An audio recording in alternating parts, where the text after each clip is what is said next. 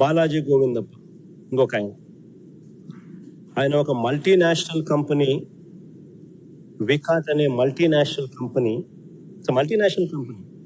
వికాట్ అనే మల్టీనేషనల్ కంపెనీలో వారి గ్రూప్ కంపెనీల్లో, not one company but multiple companies, వారి గ్రూప్ కంపెనీల్లో హోల్ టైమ్ డైరెక్టర్. ఆయన ఏపీలోనే ఉండరు, ఆయన వికాట్ గ్రూప్ కంపెనీల్లో హోల్ టైమ్ డైరెక్టర్. వికా అనేది యూరప్లోనే టాప్ 5 సిమెంట్ కంపెనీల్లో ఒక